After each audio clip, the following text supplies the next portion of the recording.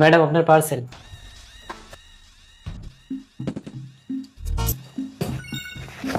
এ কি, আপনার তো 2000 টাকা হয়েছে, আপনি 10,000 টাকা দিলেন টিপস।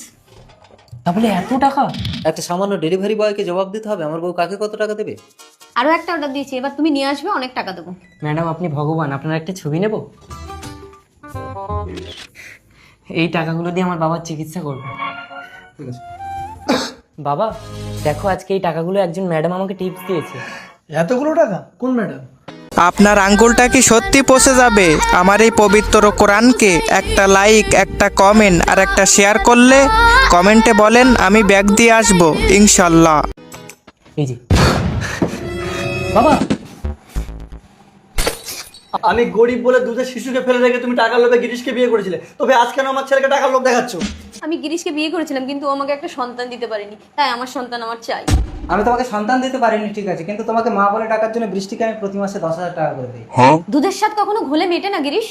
ও কথা বলো না মা, তাহলে চাকরিটা আর আমার থাকবে না। আর তুমি মরলেও তোমাকে খাওয়ার জন্য টাকা দিয়ে লোক রাখতে হবে বলে গেলাম। ঠিক আছে, আজ থেকে আর মাইনে নেব না, আমাকে মেনে নাও না মা। মেনে নিতে পারি, তবে মেয়ে হিসাবে না, বৌমা হিসাবে। বৌমা, তোমার ছেলে কোথায় ছিল? ম্যাডাম আপনার পার্সেল, টাকা দিন। আজ তোমাকে টাকা দেবো না, আজ আমার মেয়েকে তোমার হাতে তুলে দিলাম।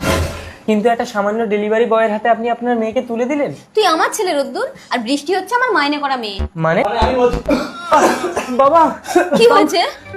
ছোটবেলায় বাবা একটা কিডনি দিয়ে আমাকে বাঁচিয়েছিল, তাই বাবার একটা কিডনির দরকার। আমি দেবো কিডনি। আর এই অপারেশনের সমস্ত খরচা আমি দেবো। অপারেশনের পর রোদ্দুরের বাবা বেঁচে গেল, কিন্তু কিডনি দিয়ে দুর্ভাগ্যবশত মা জননী মারা গেলেন।